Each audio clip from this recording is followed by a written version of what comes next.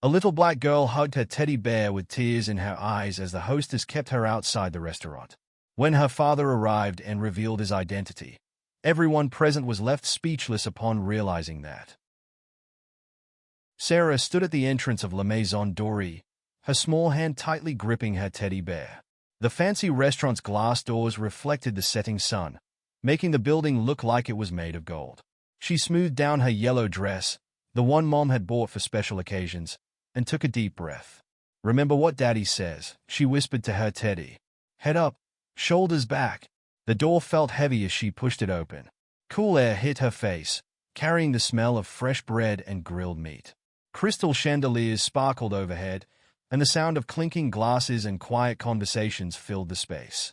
Behind a tall wooden podium stood a woman in a crisp white shirt and black blazer. Her gray hair was pulled back so tight it made her eyes look slightly stretched. A gold name tag read Karen, head hostess. "Good evening," Sarah said, just like she practiced.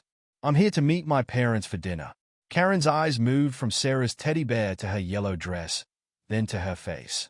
Her lips pressed into a thin line. "Where are your parents?" "They're coming separately.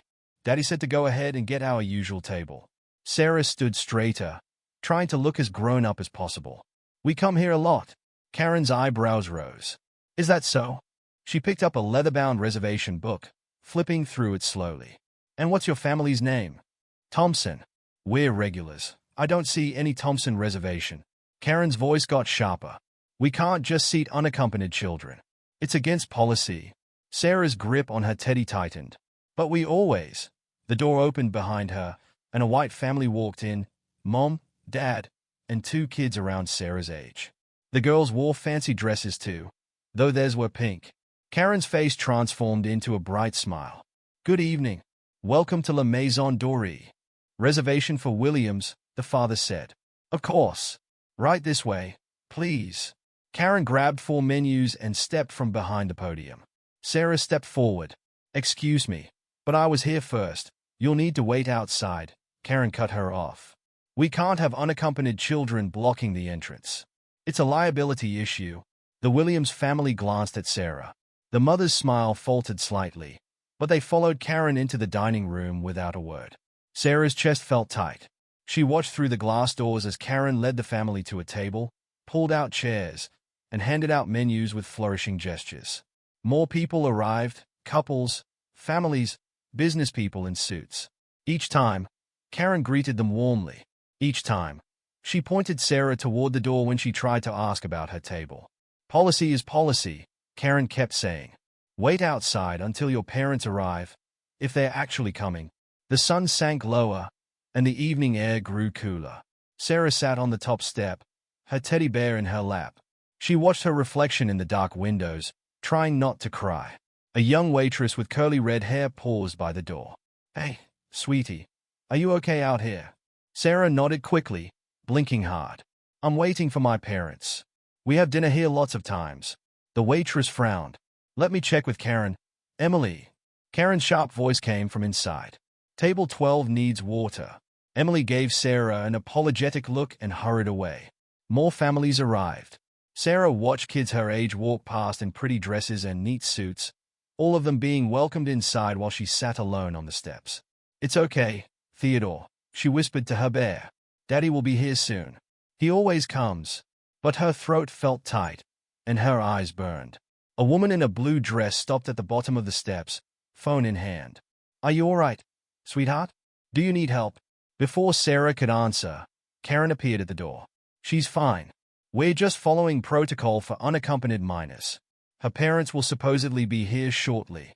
The woman hesitated, looking between Karen and Sarah. "I'm okay," Sarah said quietly. "My daddy's coming." The woman walked inside, but Sarah heard her say to her companion, "Someone should do something. That poor little girl." Sarah's hands trembled. She'd never felt so small, so out of place.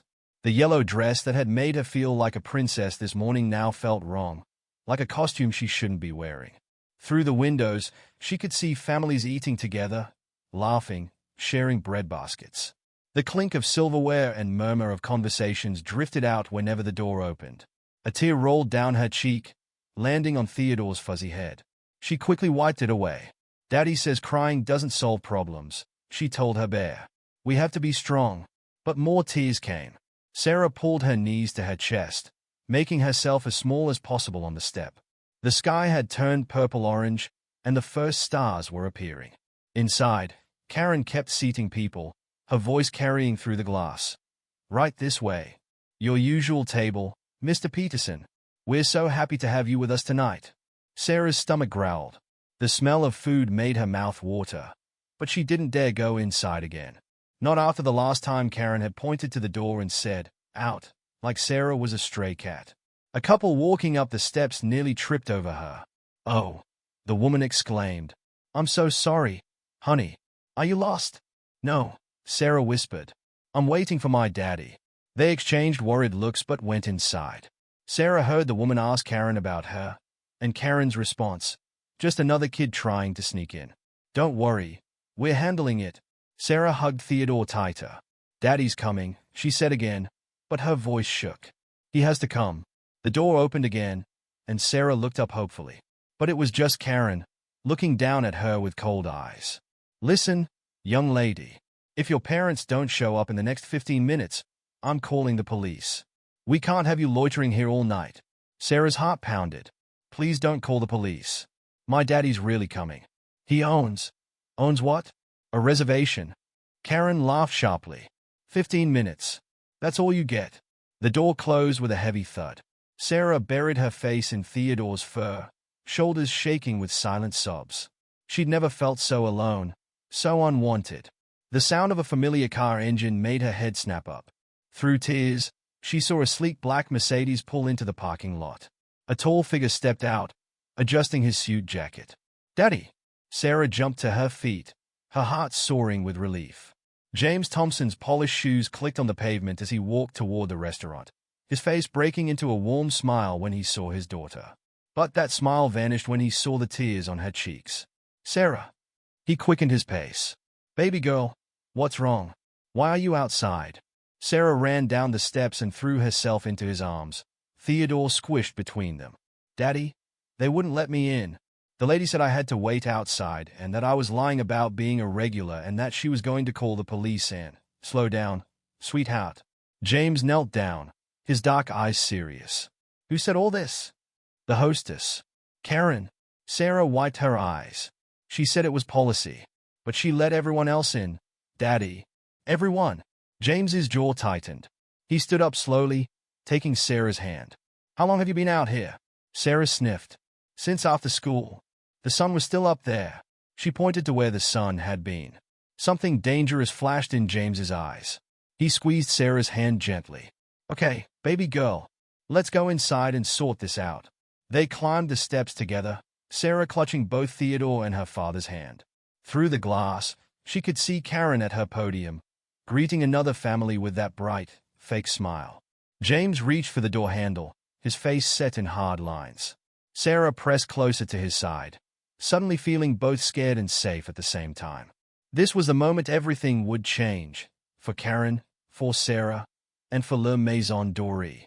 James pushed open the door, and Sarah felt the rush of cold air again. But this time, she wasn't alone. Karen's smile froze when she saw Sarah.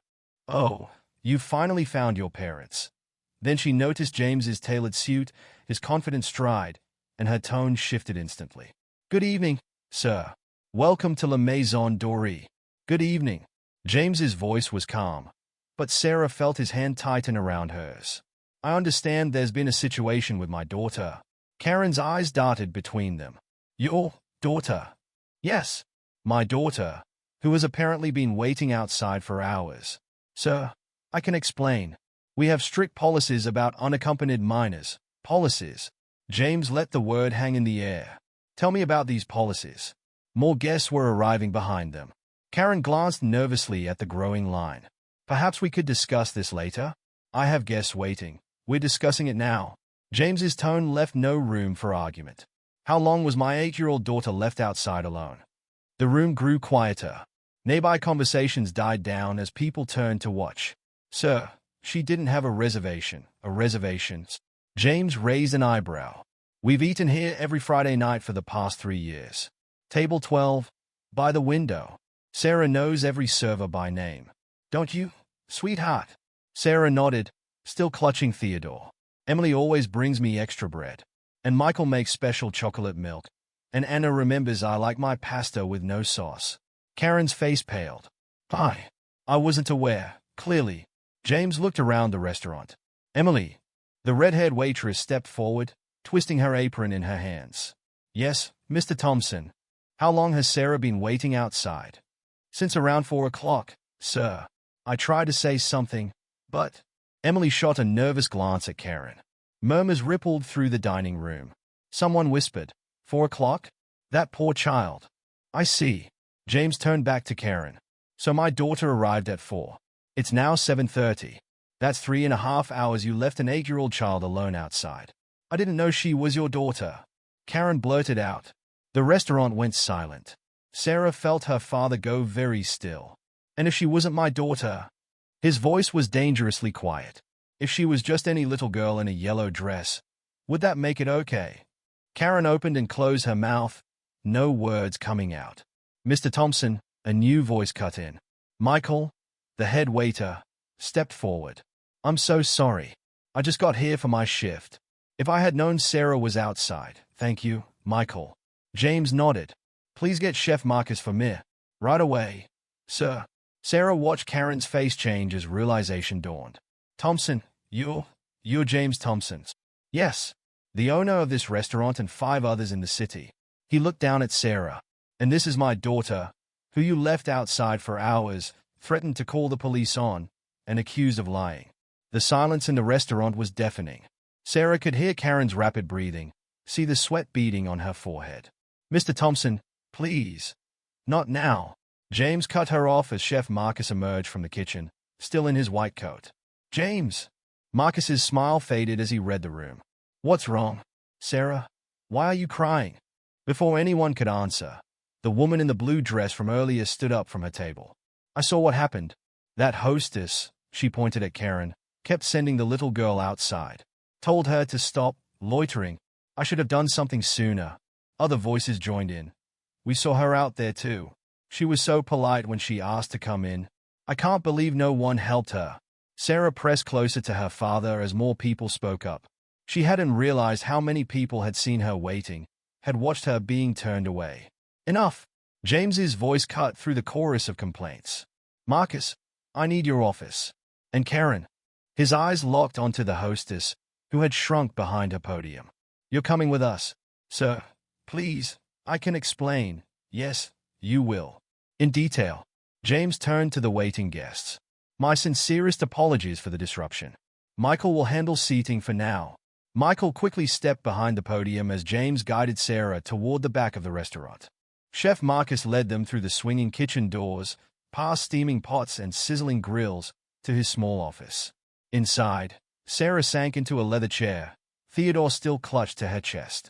Her father remained standing, his presence filling the small space. Karen, he said, explain. The hostess wrung her hands. Mr. Thompson, if I had known who she was, that's exactly the problem. James's voice was sharp. You treated my daughter differently because you didn't know who she was. How many other children have you turned away? How many other families have felt unwelcome in my restaurant because of you? Karen's face flushed. I was just following protocol. What protocol? Show me where it says to leave children alone outside for hours. Show me where it says to ignore our regular customers. Show me where it says to discriminate based on appearance. I wasn't discriminating. I was protecting the restaurant's image by judging an 8-year-old girl in a yellow dress. Chef Marcus cut in, his French accent thick with anger, by threatening to call the police on her. Sarah watched Karen's composure crumble. I didn't. I just assumed. Yes, James said quietly. You assumed.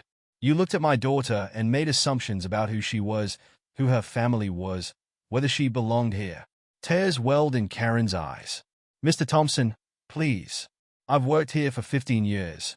I can't lose my job. 15 years. James shook his head. 15 years of turning people away because they didn't fit your image of who belongs in a fine dining restaurant. How many families have you humiliated? How many children have you made feel worthless?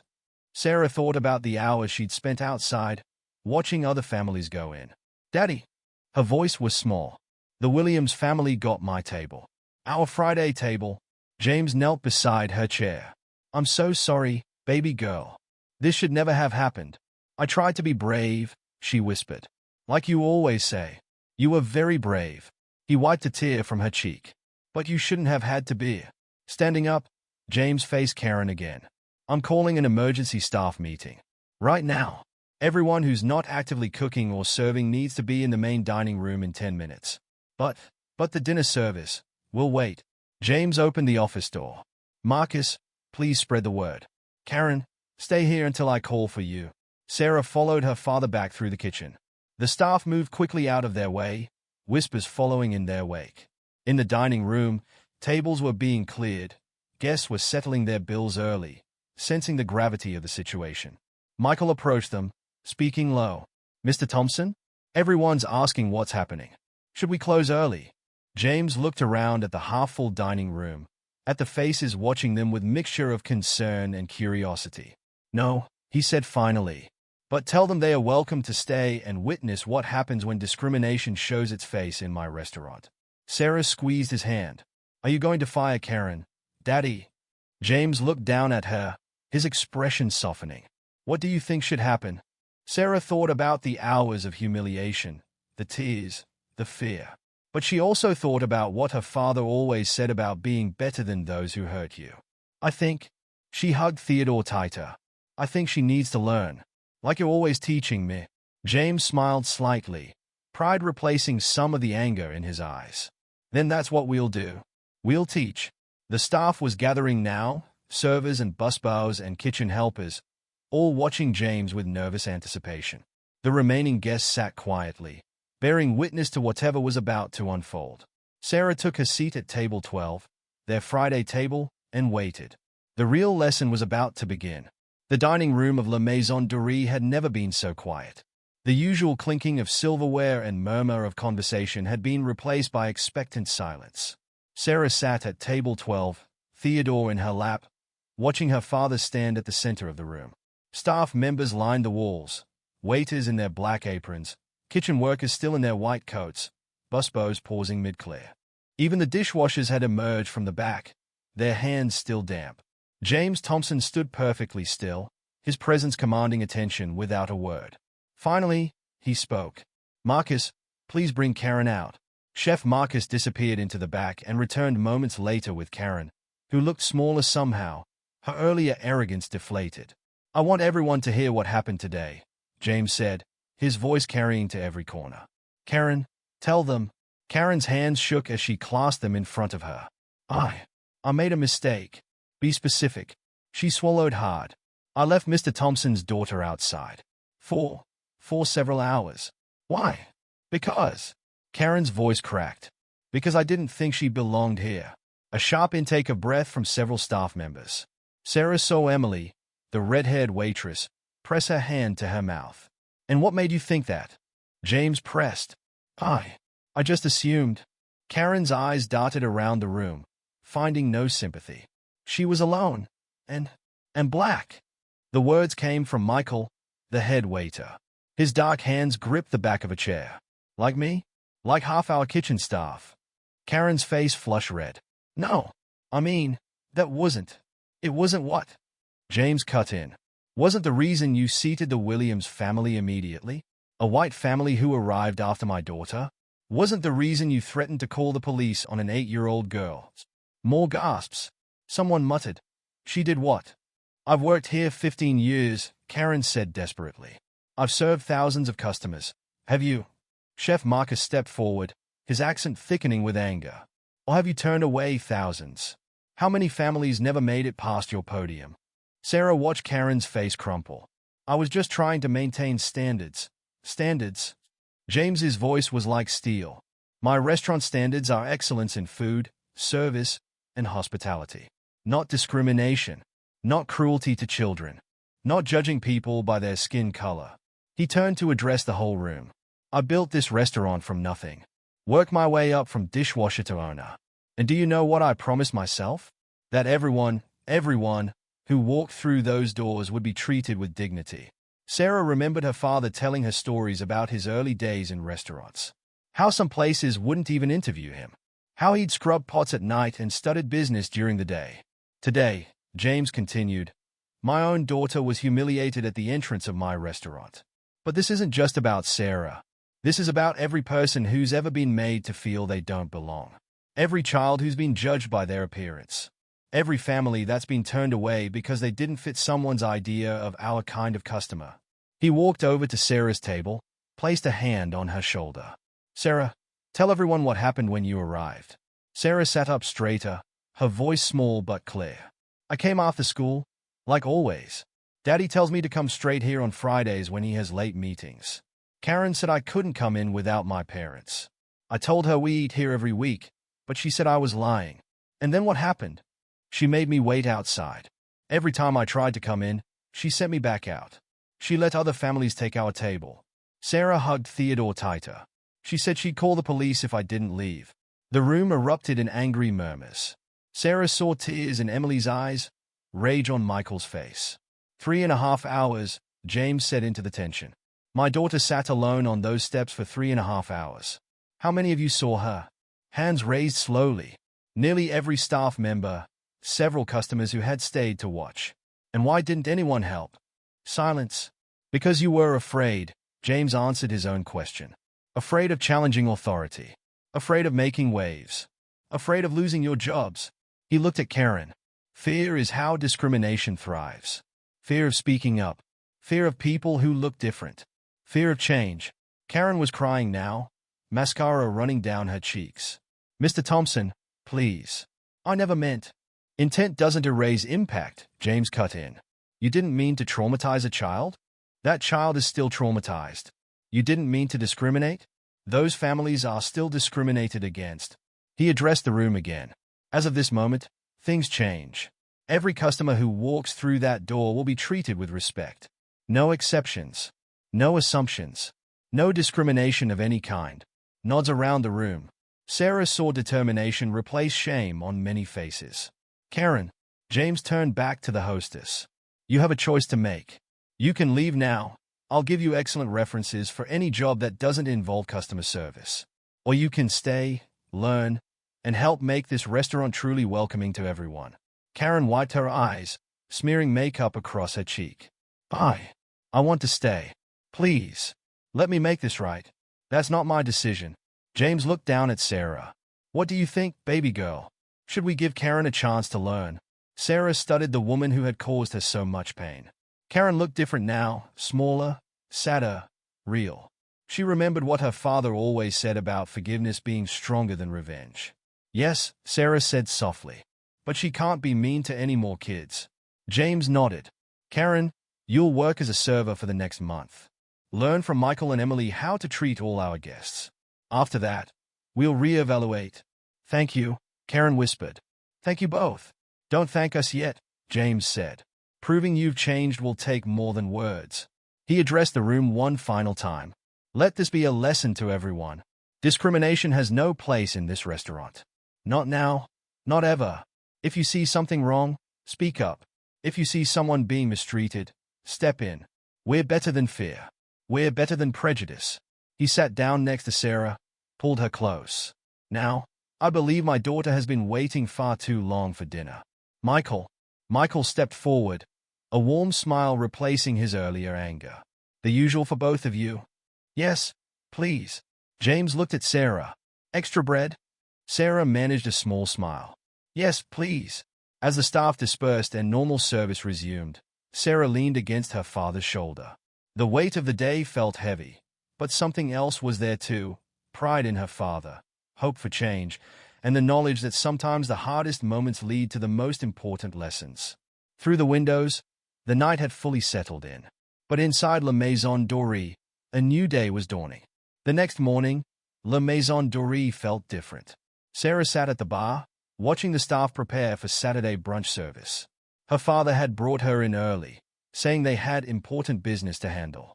Karen arrived at exactly 8:45 a.m., wearing the black pants and white shirt of a server instead of a usual hostess outfit. Her face was scrubbed clean of makeup, her gray hair in a simple ponytail instead of the severe bun. Good morning, Mr. Thompson, she said quietly. Then, looking at Sarah, "Good morning, Sarah." Sarah nodded, clutching Theodore closer. Her father looked up from the paperwork spread across the bar. "Karen, good? We need to talk about yesterday's incident. More specifically, about how we move forward." Michael appeared with a pot of coffee, pouring cups for James and Karen. He set a hot chocolate with extra whipped cream in front of Sarah. "I've gathered some numbers," James continued, spreading out several papers. "In the past year, our customer demographics show an interesting pattern. Care to explain this?" Karen leaned over the papers, her face paling. The chart showed a clear decline in minority customers during her shifts. I didn't realize. That's the problem." James's voice was firm but not unkind. "We don't realize our biases until we see them clearly laid out." "Michael, how many complaints have you received about seating arrangements during Karen's shifts?" Michael set down his coffee pot. "At least 24 in the past 6 months.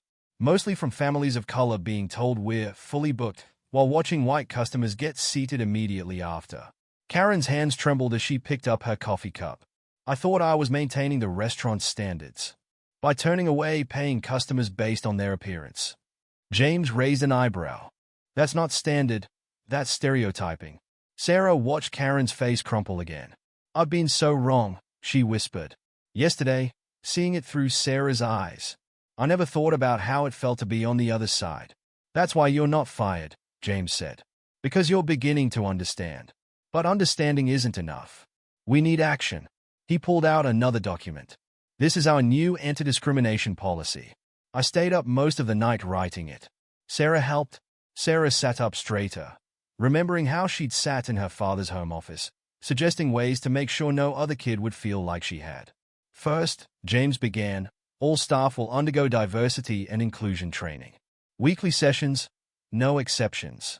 Second, we're implementing a new seating system, completely transparent, no room for bias. Third, any complaint of discrimination will be investigated immediately." Karen nodded, reading through the policy. "And my new role? You'll shadow our best servers. Learn how they treat every guest like family. Watch how they make everyone feel welcome." James looked at his daughter. "Sarah will be our secret inspector." Sarah's eyes widened. "Really? Really? Once a week? You'll come in with different friends and family members. Report back on how you're treated." He turned back to Karen. "Think of it as a learning opportunity. Every guest has a story, Karen. Every person who walks through that door deserves to be part of ours." The front door chimed. Emily walked in, followed by several other servers.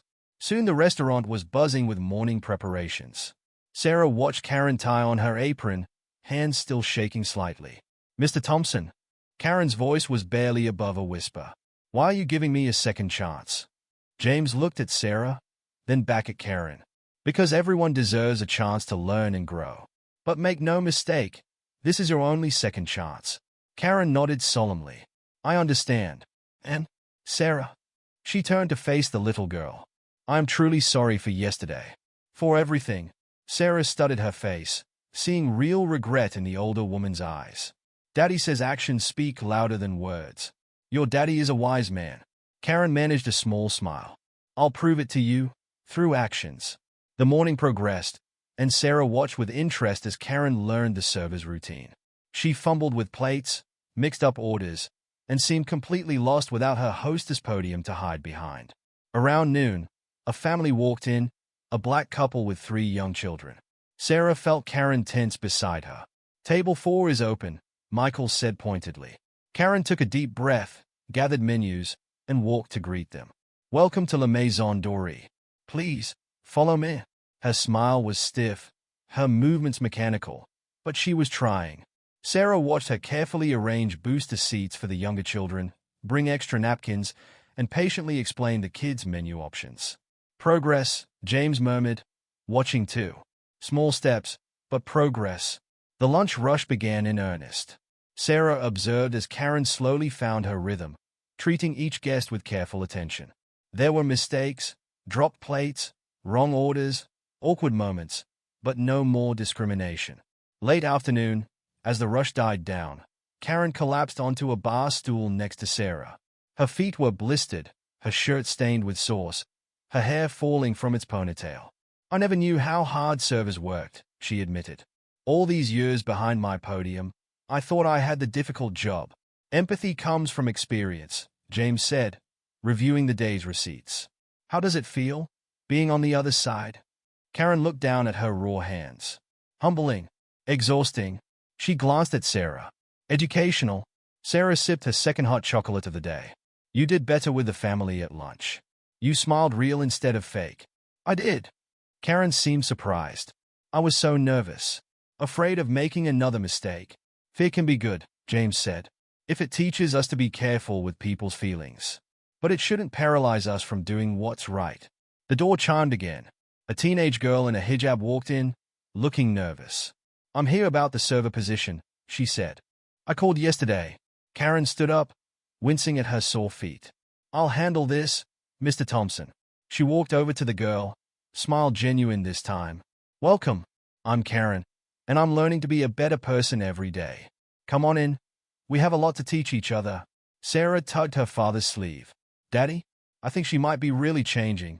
James watched Karen lead the girl to a quiet table, already explaining the restaurant's new policies. Change is like turning a big ship, baby girl. It takes time, effort, and constant attention. But when it happens, he smiled down at her. It can change the whole ocean.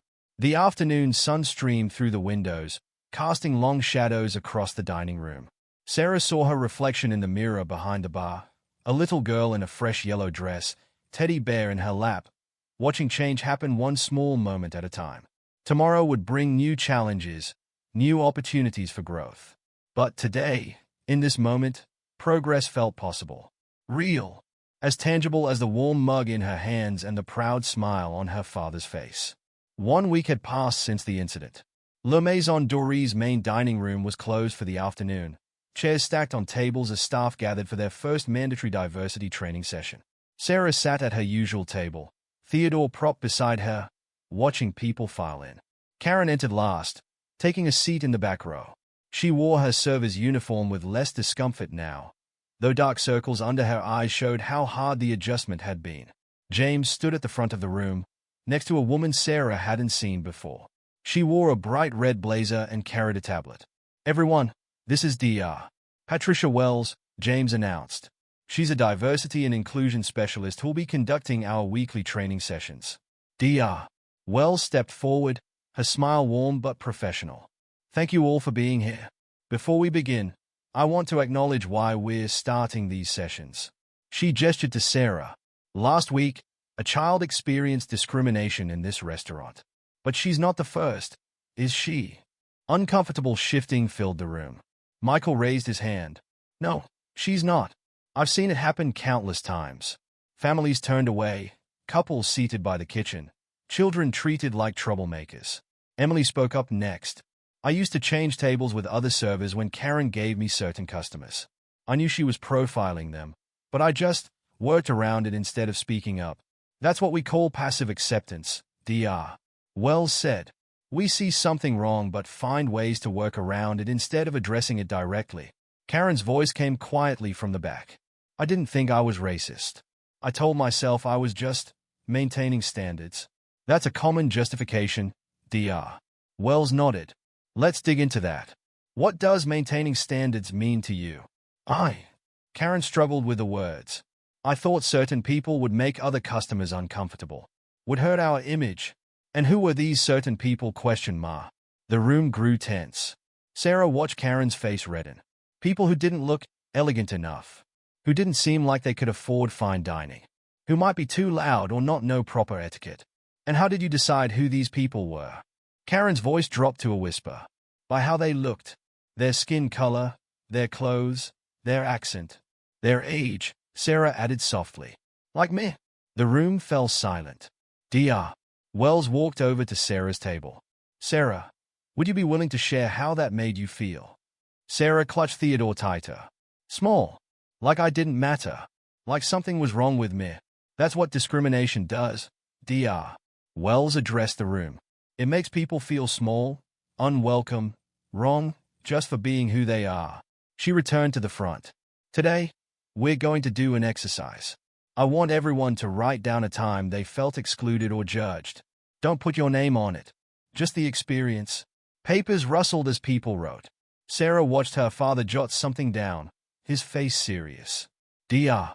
Wells collected the papers in a basket, then began reading them aloud. I was followed around a store because they thought I'd steal something. A woman clutched her purse when I got in the elevator with her. They wouldn't rent me an apartment until my white friend called about it. The teacher always called on everyone else first. They said my food smelled weird in the break room. With each story, heads nodded in recognition. Some people wiped tears. Karen stared at her hands, shoulders hunched. These are everyday experiences for many people, Dr. Wells said. Small moments that build up, day after day, until they become a wall between people. She picked up another paper. They made me wait outside a restaurant for hours because they didn't think I belonged there. Everyone looked at Sarah. She met their eyes steadily, chin raised like her father taught her. But here's the thing about walls, Dr. Wells continued. We build them, which means we can tear them down. Mr. Thompson, James stepped forward. Starting today, we're not just a fine dining restaurant. We're a place of welcome. Real welcome. Not just for people who look a certain way or speak a certain way. He waved Michael over. Show them the new seating chart. Michael unrolled a large diagram. We've redesigned the entire reservation system. Everything's digital now, completely transparent. No more special tables, no more preferred sections. And, James added, we're starting a new program. Once a month, we'll host a free dinner service for families who've never experienced fine dining. Teaching etiquette without judgment. Sharing our love of food without prejudice. Sarah remembered helping him plan this, suggesting they make it fun for kids who might be nervous about fancy restaurants. But what if? Karen spoke up, then seemed to regret it. Go on, Dr. Wells encouraged. What if other customers complain about having different kinds of people here? Then they're not our kind of customer, James said firmly. We're not changing to exclude people. We're changing to include everyone. Dr. Wells nodded approvingly. That's called setting clear values and sticking to them. Now, let's talk about microaggressions. The training continued through the afternoon. They role-played difficult situations, discussed unconscious bias, and practiced respectful ways to handle cultural differences. Sarah watched Karen especially closely. The former hostess participated quietly but earnestly, taking notes, asking questions. During one exercise, she had to pretend to be a customer being discriminated against. She broke down crying halfway through. Now you understand, Michael said gently. That feeling? Remember it. As the session wound down, Dr. Wells had everyone stand in a circle. I want each of you to make one concrete commitment. Something you'll do differently starting today. They went around the room. I'll speak up when I see unfair treatment. I'll learn to pronounce everyone's name correctly. I'll stop making assumptions about who can afford what. I'll listen more and judge less. When it came to Karen, she took a deep breath. I'll remember how Sarah felt outside those doors, and never let another person feel that way again. Finally, it was Sarah's turn. She stood up straight, Theodore tucked under her arm. I'll help other kids feel brave, even when grown-ups are being mean. James smiled at his daughter, pride shining in his eyes. Dr. Wells closed a tablet. Remember, change isn't just about one training session. It's about the choices you make every day, every moment. Mr. Thompson is giving you tools, but you have to use them. As staff began to disperse, Sarah overheard Karen talking to her father. The free dinner program, could I help plan it? I have a lot to make up for. Of course, James said. In fact, Sarah's going to be our special host for those nights. You two can work together. Sarah watched surprise, then determination cross Karen's face. I'd like that. If Sarah's willing. Actions speak louder than words, Sarah said, repeating her father's wisdom. Show me. Karen nodded solemnly. I will. Every day. The afternoon sun slanted through the windows, casting long shadows across the empty dining room. Tomorrow, these seats would be filled again. But something had shifted in the air, in the hearts of the people who worked there. La Maison Dorée was changing, one person, one lesson, one moment at a time. The first free dinner service at La Maison Dorée arrived 2 weeks later. Sarah stood at the entrance, wearing her favorite yellow dress and a new hostess badge that read Junior Welcome Ambassador. Theodore sat at his own special spot near the podium, wearing a tiny bow tie. Karen hovered nearby, already sweating in her server's uniform. "Are you sure about this, Sarah? Having me help with your special night?" "Everybody deserves a second chance," Sarah said, straightening her badge. "That's what Daddy says." The first guests were due at 6. Sarah had helped send special invitations to families through local community centers and schools. They'd received more responses than expected, enough to fill every table. "Remember," James told the staff during their pre-service meeting, "tonight isn't about teaching people the right way to eat. It's about making them feel welcome in a space they might have felt excluded from." Michael had arranged the tables with extra care, fresh flowers, kid-friendly place settings, menu cards with pictures. Emily had decorated the kids' dessert plates with chocolate smiley faces. At exactly 6, the first family arrived, a single mother with 3 children, all looking nervous in their Sunday best. Sarah stepped forward, chin high. "Welcome to La Maison Dorée. I'm Sarah, and I'll be your ambassador tonight." The youngest child, a boy about 5, pointed at Theodore. "Why does the bear have a tie?" "Because he's an ambassador too," Sarah explained seriously. "He helps scared kids feel brave." The boy's mother touched her collar anxiously. "We've never been to a place this fancy." "That's okay," Sarah beamed. "That's why we're here. Karen will be your server. She's learning too." Karen stepped forward, her smile genuine if slightly shaky. "Welcome, everyone. May I show you to your table?"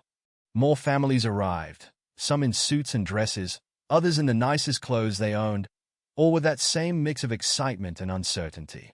Sarah greeted each one with a practiced grace she'd learned from watching her father, and the natural warmth that was all her own. A teenage girl asked about the fancy forks. Instead of making her feel embarrassed, Karen pulled out the children's picture menu she'd helped design. "See these drawings? They show which fork is for what." "But honestly," she leaned in conspiratorially, "I still get them mixed up sometimes." The girl giggled, relaxing visibly. In the kitchen, Chef Marcus had prepared a special tasting menu, familiar flavors presented with fine dining flair. "Food should bring people together," he'd said, "not make them feel apart." Sarah moved from table to table, showing kids how to fold their napkins into swans, teaching parents the secret handshake she'd invented for special guests. The initial tension in the room began to melt away. Karen followed her lead, learning from the 8-year-old how to make people feel at ease. When she saw her father struggling with the wine list, she didn't smirk or judge. Instead, she said, "Let me tell you about my favorite drinks here," and guided him to options in his comfort zone. Halfway through the service, James gathered the staff for a quick huddle. "Look out there," he said softly. "What do you see?" Sarah peeked into the dining room. She saw families laughing together, children trying new foods with curious expressions, parents sitting up straighter as they realized they did belong here. "I see people feeling at home," Michael said. "I see the restaurant I should have been helping create all along," Karen added quietly. A small commotion drew their attention. A young girl had accidentally knocked over her water glass. In the past, Karen might have tutted disapprovingly.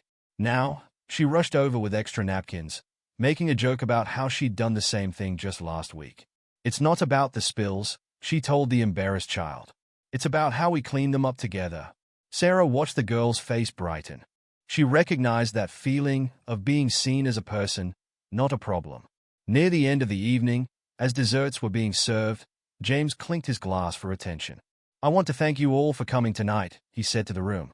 "But mostly, I want to thank you for teaching us something important." He gestured around the restaurant. "This place isn't about fancy forks or perfect manners. It's about bringing people together over good food and making memories. Every single person in this room deserves to be here." Sarah saw tears in some parents' eyes.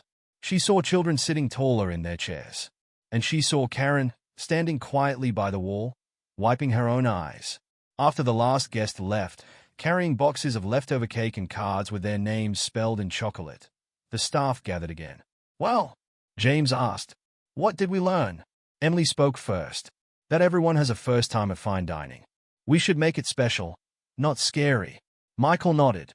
"That kids are kids, whether they are wearing designer clothes or church clothes."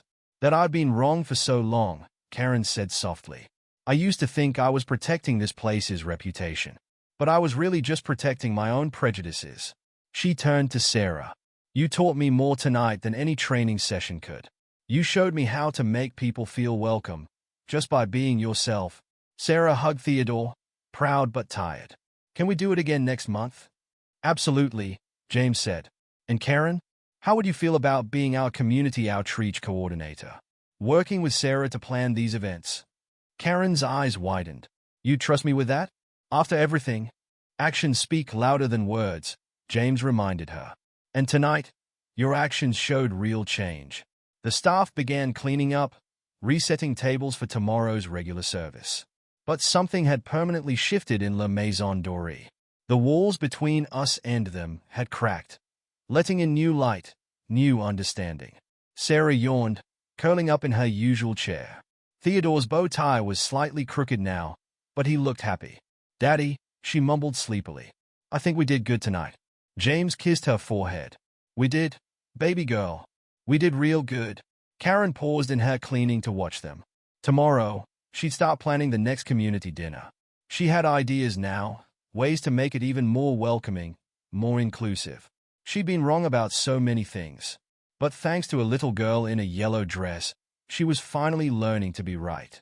1 month after the first community dinner, Sarah stood in front of La Maison Dorée's mirror-polished doors, watching the morning sun paint the windows gold. The restaurant had changed in small but significant ways. New signs in multiple languages welcomed guests. The menu now included dishes from various cultures, each described with respect and authenticity. And most importantly, the faces inside had become as diverse as the city itself. Karen rushed past with an armful of fresh flowers, her server's uniform now accessorized with a badge similar to Sarah's, community coordinator in bright, friendly letters. Sarah, you're early. Karen smiled, no trace of her former stiffness. Want to help me arrange these for the lunch service? Can I make them like you taught me last time? With the roses in the middle? Of course.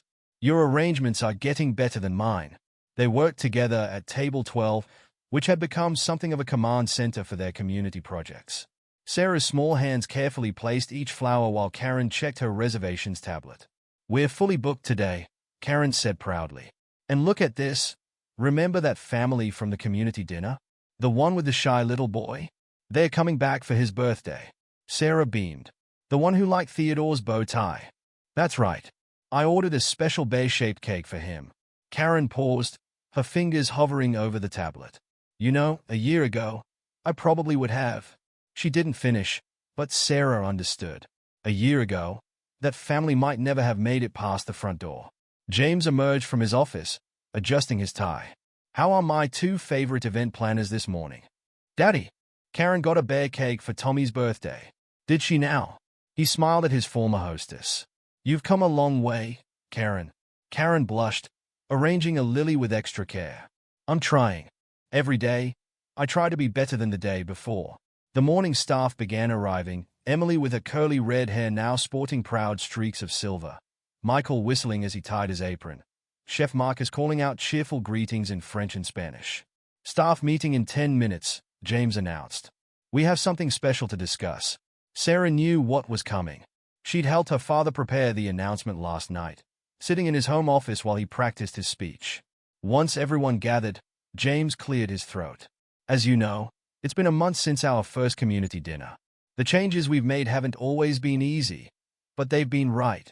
He pulled out a newspaper, holding it up so everyone could see the headline. Local restaurant leads the way in community inclusion. They wrote about us. Emily gasped. They did. But more importantly, they wrote about you, all of you. About how a single incident of discrimination led to real, lasting change. Sarah watched Karen shrink slightly in her seat. Karen, James called. Would you stand up, please? Karen rose slowly, her face uncertain. A month ago, you had a choice to make, James continued. You could have left, found another job, continued your old ways. Instead, you chose to learn, to grow, to help others feel welcome. He handed her an envelope. That's why I'm promoting you to full-time community outreach director. You'll work with local schools, community centers, and organizations to make sure everyone knows they have a place at our tables. Karen's hands trembled as she opened the envelope. Mr. Thompson, I don't deserve. Yes, you do, Sarah piped up. You helped Tommy's family feel special. You made picture menus for people who don't read English good. You taught that lady last week how to use chopsticks when she was embarrassed to ask. James nodded. Sarah's right. You've earned this through actions, not words. Tears spilled down Karen's cheeks. Thank you. Both of you. All of you. I never knew how much I was missing by keeping people out. And that's not all, James continued. The newspaper article caught some attention. Other restaurants want to know how we did it. How we change our culture so completely. He looked around the room. They want us to help them set up similar programs. Training, community dinners, outreach, everything we've learned. So I'm asking all of you, are you ready to take what we've built here and share it with others? The response was immediate and unanimous. Hands raised, voices called out agreement. Sarah tugged her father's sleeve. Can I still be junior ambassador when we help other restaurants? Baby girl, you're going to be our chief ambassador. After all, you're the one who taught us the most important lesson. Karen wiped her eyes. She taught us that everyone deserves a chance to belong. Speaking of belonging, James said, Sarah, why don't you show everyone your surprise? Sarah rushed to the back room, returning with a clothing rack. On it hung new uniforms, crisp white shirts and black aprons like always, but with a difference. Each one had a small yellow embroidered flower on the pocket. Yellow for welcome, Sarah explained. Like my dress from that day. So we never forget. The staff gathered around, touching the delicate embroidery with wonder. And look, Sarah pointed to the back of each uniform. Small words were stitched below the collar. Everyone's welcome at our table. Chef Marcus cleared his throat gruffly. C'est petit Phil. This little girl has more wisdom than most adults. Karen was the first to take her new uniform, holding it like something precious. Yellow for welcome, she repeated softly. Yellow for change. The morning sun had fully risen now, streaming through the windows and catching the golden threads in the embroidery. Staff members began changing into their new uniforms, the yellow flowers catching the light like tiny stars. Sarah sat at table 12, Theodore in his usual spot beside her. She watched Karen pin on her new director's badge, saw Emily showing off her flower to Michael, heard Chef Marcus humming happily in the kitchen. Daddy, she whispered as James sat beside her. Are you proud of them? So proud, baby girl. Of all of them. Of you. Even Karen.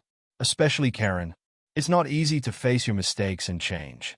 But she did it. Because of you. The first customers would arrive soon. The tables were set, the flowers arranged, the staff ready in their new uniforms. But more than that, hearts were ready. Ready to welcome, to serve, to include. Le Maison Dorée had become more than a restaurant. It had become a beacon of change, a place where yellow flowers meant welcome, and everyone's table was waiting. The news crew arrived at noon, just as Sarah was adjusting Theodore's bow tie at his special podium spot. The reporter, a tall woman in a red suit, smiled at the sight of the little girl and her bear. You must be Sarah, she said warmly. The one who started all this change. Sarah shook her head. I didn't start it. Karen did. By being mean. But then she learned to be nice. And that started the good changes. The reporter looked surprised. Is Karen still working here? Of course. She's our community outreach director now. Want to meet her? Karen was arranging name cards for the evening's reservations, each one handwritten with a personal welcome message. She froze when she saw the camera crew. Oh, I didn't think. I'm not sure I should be on camera. Why not? Sarah asked, genuinely puzzled. You're part of the story too. James emerged from his office, straightening his tie. Sarah's right. Karen, your transformation is as much a part of this story as anything else. The reporter set up her equipment while Sarah helped Karen straighten her yellow flower pin. Other staff members gathered around, their own flowers gleaming under the lights. So, the reporter began. Tell me about the day everything changed. Sarah looked at Karen, who took a deep breath. It was the day I made the biggest mistake of my life. I left this little girl outside for hours because of my own prejudices. But instead of firing me, Mr. Thompson and Sarah gave me a chance to learn and change. And have you? Changed? Karen smiled at Sarah. Ask my teacher here. She has, Sarah said firmly. She helps everyone feel special now. Last week, a girl came in wearing a hijab, and Karen learned to say welcome in Arabic to make her feel at home. Marhaban, Karen demonstrated proudly. I'm learning words in different languages. Sarah helped me practice. The reporter turned to James. Mr. Thompson, your restaurant has become a model for inclusive dining. Other establishments are adopting your programs. Did you expect this when you first confronted discrimination in your own business? Honestly, no. James put his hand on Sarah's shoulder. I was just a father, angry that my daughter had been hurt. But Sarah taught us all something important that day. She showed us that change doesn't have to come from anger. It can come from giving people a chance to be better. The camera panned across the dining room, capturing the diverse staff, the multilingual welcome signs, the children's picture menus Karen had created. And the yellow flowers, the reporter asked. They've become quite famous. Sarah touched her own flower pin. Yellow for welcome, she said. Like my dress from that day. So we remember that everybody belongs here. Chef Marcus emerged from the kitchen, his white coat sporting its own yellow flower. Since we started these changes, our kitchen has become a place of learning too. We share recipes from different cultures, teach each other words in our native languages. Last month, Emily added, we had a customer who'd never eaten at a fine dining restaurant before. He was so nervous. But Sarah and Karen made him feel like family. The reporter watched as Sarah demonstrated their welcome routine. The special handshake, Theodore's friendly nod, Karen's warm greeting in the customer's preferred language. And you do this for everyone. Everyone, Karen emphasized. No exceptions, no assumptions. Just welcome. The lunch service began while the cameras rolled. Sarah and Karen worked together, seating families, explaining menu items, making each guest feel special. A small boy pointed at Theodore. Why does the bear have a flower pin too?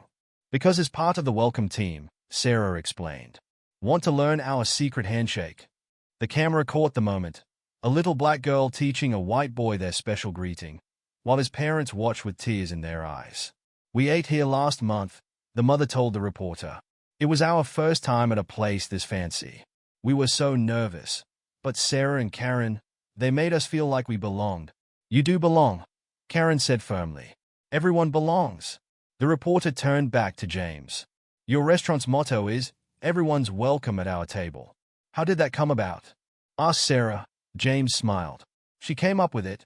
Sarah hugged Theodore close. It's because a table isn't just for eating. It's for being together. And everybody should have a place to be together. The camera zoomed in on the yellow flower on her badge, then panned out to show all the staff wearing matching pins. One last question, the reporter said. What would you say to other restaurants wanting to make similar changes? Karen stepped forward. I'd say start by looking at your own prejudices. I had to face mine. It wasn't easy, but it was worth it. And remember, Sarah added, actions speak louder than words. After the news crew left, the regular afternoon rush began. Sarah watched from her special spot as Karen greeted each guest with genuine warmth, as Emily served plates with care, as Michael made jokes in 3 different languages. Daddy, she tugged James's sleeve. Do you think other restaurants will really change like we did? Some will. Baby girl. Change is like those flowers you love to arrange. It starts with one, then another, until pretty soon you have a whole garden.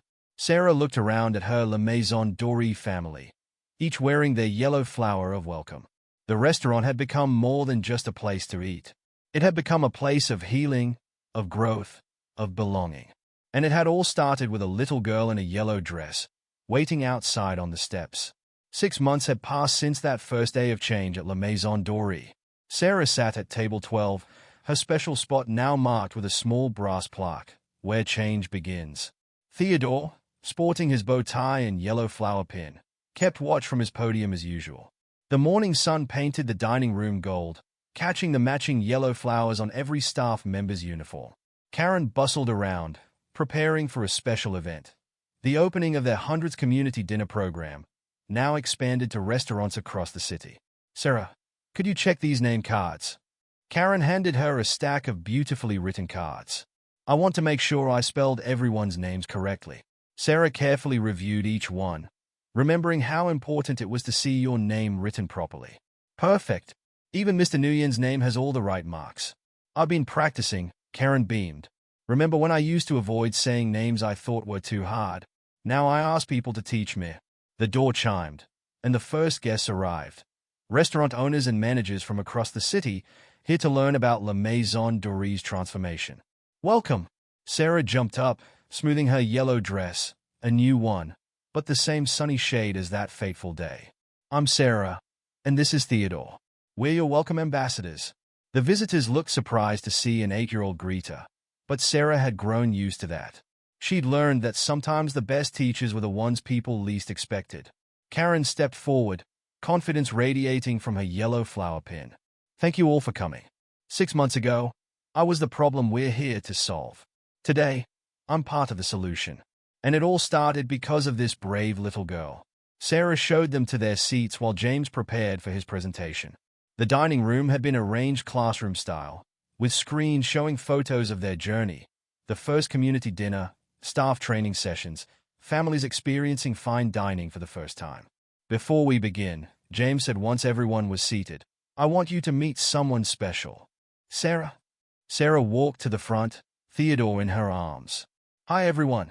6 months ago, I sat outside this restaurant for hours because someone thought I didn't belong here.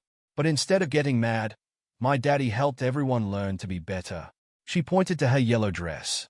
That's why we wear these flowers now. Yellow for welcome. Yellow for change.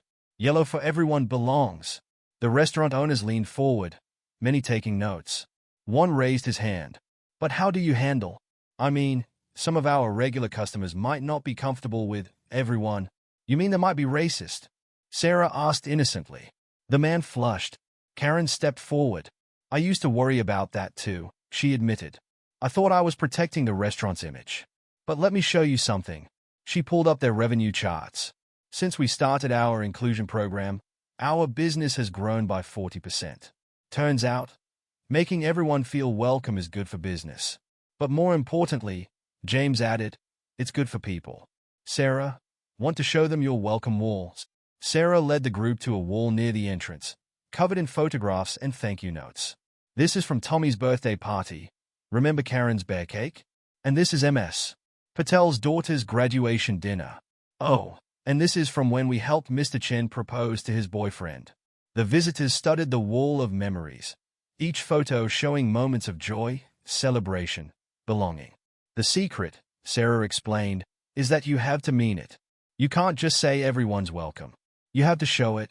Chef Marcus emerged from the kitchen, pushing a cart of sample dishes.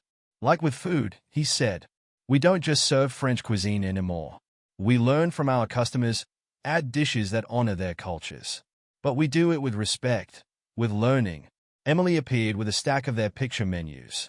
And we make sure everyone can understand what they are ordering, no matter what language they speak or if they can read. But what about training the staff? Another owner asked. How do you handle resistance to change? Karen smiled. Let me tell you about my first week as a server. I was terrible, but everyone helped me learn, not just about serving food, but about serving people. With dignity. With respect. Sarah tugged at James's sleeve. Daddy, can we show them our special handshake? Soon, a room full of restaurant owners were learning Sarah and Theodore's welcome handshake, laughing as they practiced.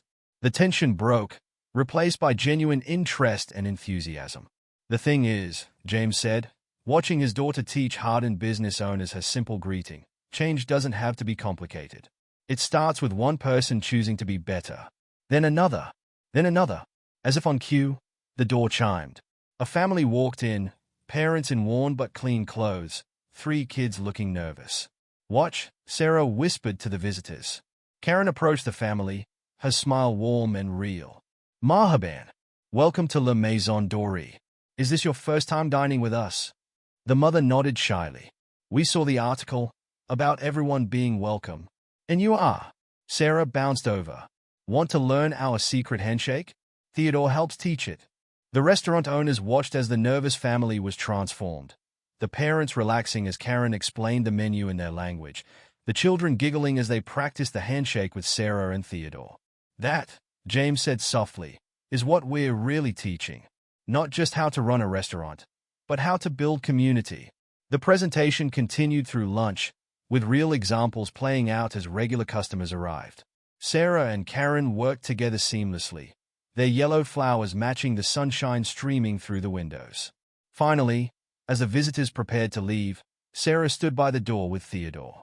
"Remember," she said, her voice clear and strong, "it's not just about yellow flowers or special handshakes. It's about making sure nobody ever has to sit outside feeling like they don't belong." The restaurant owners left with packets of information, training schedules, and most importantly, new understanding. Many paused to touch their own lapels, where small yellow flower pins now sparkled, their first step toward change. After everyone left, Sarah sat at table 12 with James and Karen, sharing a celebratory dessert. 100 restaurants, Karen marveled. 100 places learning to be better. All because of one brave little girl. James smiled at his daughter. Sarah looked around at her restaurant family. Karen arranging flowers for dinner service. Emily teaching Michael a new welcome phrase. Chef Marcus experimenting with fusion dishes in the kitchen. Everyone wore their yellow flowers with pride, each one a promise to do better, be better. "Daddy," she said, sharing a bite of cake with Theodore, "I think this is just the beginning." "It is, baby girl. Change is like that. It starts with one small moment, one choice to be better. Then it grows." Like flowers, Sarah smiled, touching her yellow dress. Yellow for welcome. Yellow for change. Yellow for everyone belongs. Outside, the sun set on another day at La Maison Dorée, where a little girl's courage had started a revolution of kindness, one yellow flower at a time.